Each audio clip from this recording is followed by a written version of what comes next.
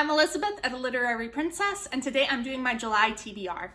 So, in this TBR, we're going to have more exam reading, because that's what I do with my life, and also some books for Jane Austen July, which is an event hosted by Katie from Books and Things, Marissa from Blatantly Bookish, and Claudia from Spinster's Library. The idea is to read something by Jane Austen in July, but there's also several other reading challenges. And I managed to make my exam reading work for this because my previously Victorian era list is now the long 19th century, which includes Jane Austen, yay! So I'm making that work, and then I have some some more Victorian focused and feminist theory focused exam reading, and then I also have one arc. So let's jump in. First up, I will be rereading Jane Austen's Sense and Sensibility. I don't know when the last time I read this was. It might have been high school. That's bad. Was it high school? No, I must have reread it in college. I don't know. Not sure, but it's been a while, so I just want to do a quick reread of it. I know this story, but I figured, hey, I like it, and I might as well. I do have a much prettier edition up there, but I'm gonna be traveling for the first part of July, and I figure I'll bring my not nice edition with me, because if something happens to it, then I would be sad if it were the pretty edition. All right, next up is one that counts for the challenge to read a book by a contemporary of Jane Austen, which means it was published between 1775 and 1817. And that's what most of these count for, because Jane Austen only has 6 novels, and I've read most of them several times, so I can't really justify just reading Jane Austen, but I've got a ton of her contemporaries to read. So first up, we have The Missionary by Sydney Owenson, Lady Morgan. I have really no idea what this is about. I think I talked a little bit about it in a haul that I did. Let's see what the back says.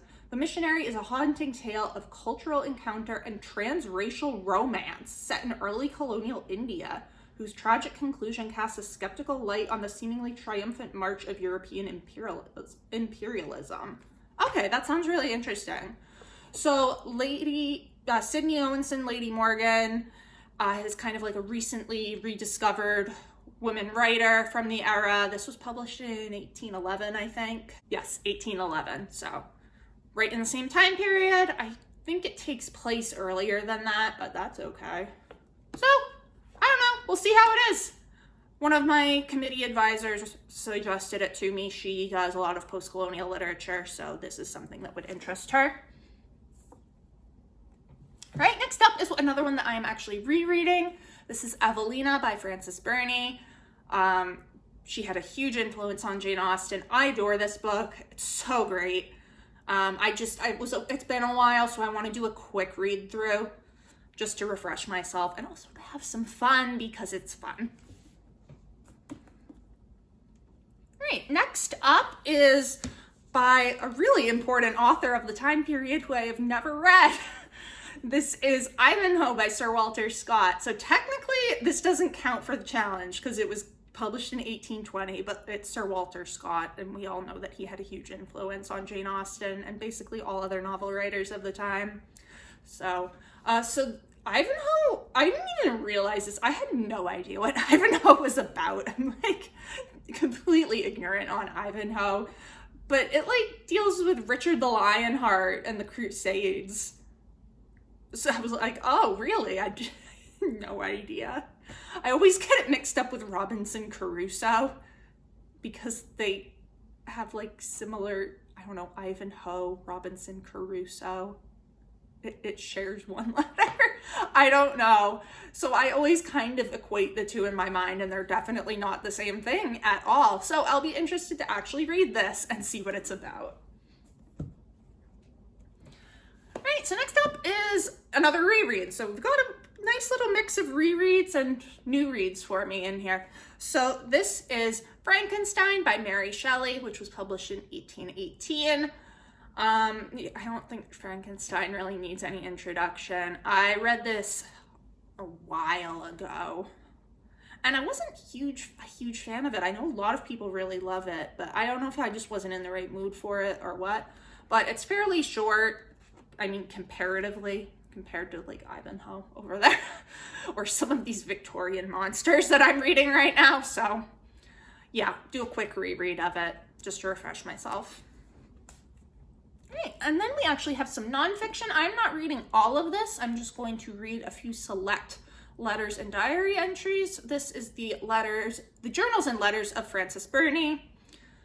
So my advisor for this list suggested that I read some of these because it deals a lot with her publishing and how she worked with her publishers and the literary marketplace. And she thought that would be very interesting to me, which it is. So I'm going to read a few of these.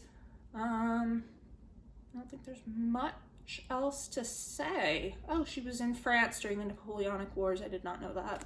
I don't really know much about that time period. I mainly deal with like the Victorians. That's where I hang out. All right, another one that I have not read. This is Marriage by Susan Ferrier. This was published in 1817, and I've heard amazing things about this from Alana Estelle, who has a channel here. And it deals with a young woman making marriage choices, hence why it's called Marriage. But so very much in the same vein as Austen and Frances Burney and Maria Edgeworth. So I'm really excited to read this one because I've heard that it's amazing. Speaking of Maria Edgeworth, next we've got Belinda. I've been wanting to read this for forever, and I think I've had it on several other TBRs. I think it was on my Feb Regency TBR, and that just did not happen at all. So finally gonna get to it now. All right, and we've got another Sir Walter Scott. This is Waverly. So this is the first of his novels, I think. It's definitely the first of his Waverly novels, which are all kind of like loosely connected, very loosely. And this one was published in 1814, so it actually does count for the challenge. But I have no idea what this is about either. Edward Waverly, a young English soldier in the Hanoverian army, is sent to Scotland, where he finds himself caught up in events that quickly transform from the stuff of romance into nightmare. Oh, this sounds good. Okay. I'm on board with that. Okay, and then to finish things off, we have one more Jane Austen book. I'm going to reread Mansfield Park. This is my least favorite Jane Austen novel, which is not to say that I don't like it. I do. I just don't find it as engaging as her others. I know a lot of people really love Mansfield Park, so sorry, don't hate me. But I've only read it once as opposed to the others that I've read multiple times. So I need to give a reread for this. And maybe I'll like it more than I liked it the last time. It's just the play part in the middle. I don't know why that part just like comes to a screeching halt for me. And actually it does for a lot of other people that I know, for my mother and for some other people in my program. They were like, the play. Oof, the play. Yeah. And I mean, Fanny's not my favorite heroine, but I'm excited to reread it and give it a shot. Because I actually have an article I want to write on it too. So it's my least favorite of hers. All right, so that ends things for Jane Austen July. I have one more physical book that I'm going to talk about, and then everything else are ebooks. So this is another one that I'm not going to read all of. This is for my Victorian popular women's fiction list. It is called The New 19th Century, Feminist Readings of Underread Victorian Fiction. It is a collection edited by Barbara Leah Harmon and Susan Meyer. I'm not going to read all of it, just a few of the essays, because it also has some that are about books by men, and I don't care. That sounds so bad, but no, I don't care. So I'll be reading, obviously, the introduction, then Words on Great Vulgar Sheets, Writing and Social Resistance in Anne Bronte's Agnes Grey, At Home Upon a Stage, Domesticity and Genius in Geraldine Dewsbury's The Half-Sisters. Those are by men, don't care. Mrs. Oliphant, Miss Marchbanks, and the Victorian Canon.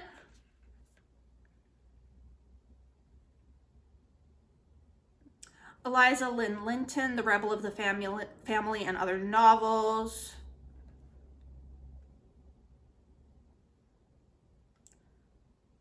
Curious Dualities, The Heavenly Twins, and Sarah Grant's Belated Modernist Aesthetics. Mapping the Terra Incognita of Woman, George Egerton's Keynotes and New Woman Fiction. George Egerton is a woman's pen name. Transition Time, The Political Romances of Mrs. Humphrey Ward's Marcella and Sir George Tressady. And then I'm probably not going to read this last one. So, a few essays in there for me to read. A lot of them are about books that I have on my exam list anyway. So like The Heavenly Twins, Marcella, Agnes Grey. Those are all ones that I'm reading. Actually, I've read all of them. Marcella. I should probably reread The Heavenly Twins, but that's another video. So yeah, I'm excited to see what these essays are about and how they are. And that's just gonna have to go on top of there. All right, and now on to the ebooks. So I've got five. Okay, so first up for my Victorian women's list, I have The Improper Feminine, the women's sensation novel, and the New Women Writing by Lynn Pickett. I have read part of this before for my independent study. It deals with the sensation novelists and the new women writers who were toward the end of the century. So sensation really took off in the 1860s, and the new women were really a thing of the 80s and the 90s. So that deals with that important time for women's writing. The next one is Victorian Women's Fiction, Marriage, Freedom, and the Individual by Shirley Foster. Kind of self-explanatory. I don't really know anything else about it other than that. And then we have two for my feminist theory list. We have Imperial Leather, Race, Gender, and Sexuality in the Colonial Contest by Anne McClintock. Obviously dealing with the British Empire and colonialism. I've read part of this before for one of my essays that I've written, and I'm excited to read the rest of it because I thought it was really interesting. And then we have Between Men, English Literature, and Male Homosocial Desire by Eve Sedgwick, which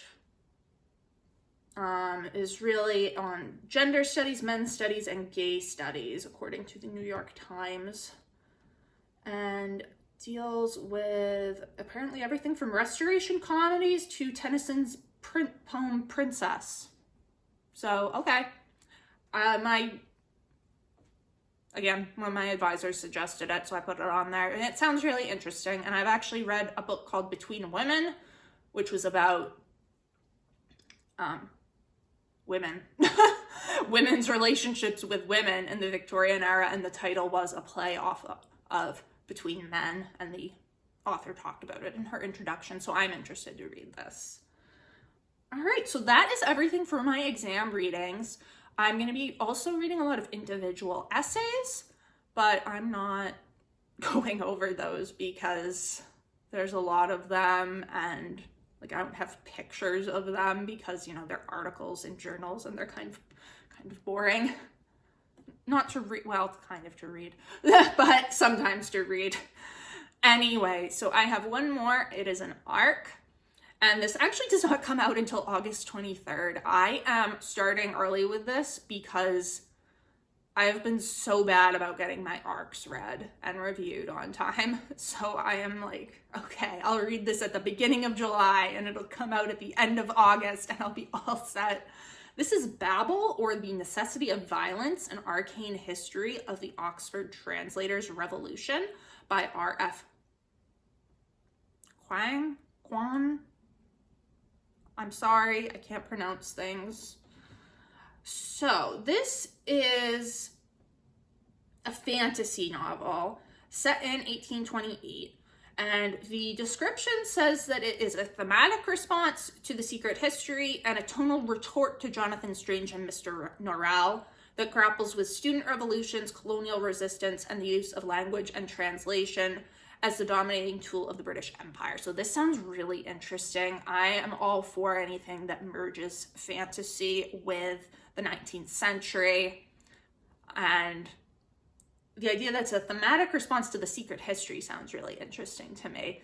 Sometimes NetGalley, or just the people who write the descriptions in general, kind of compare books to things that don't really have much to do with it. I'm like, is this really going to be kind of thematically similar to The Secret History? I don't know. Kind of hope so, but we'll see. Either way, it sounds really good.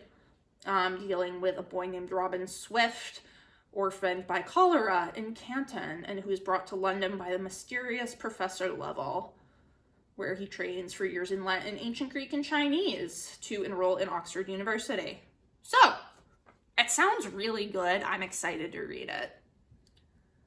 All right, so that is everything I'm going to read in July, plus anything that I don't get to by the end of June, which, you won't know about until kind of partway through July, because I am going away on my honeymoon for the first 2 weeks of July, basically, the end of June until July 11th. So everything that's being posted from now on has been pre-recorded. So I will do my June wrap up when I get back, because I am still going to be reading, hopefully. I don't know how much time I'm gonna have with this week with the wedding and next week with the traveling. We'll see. So it's been great chatting with you all. I will see you soon. Bye.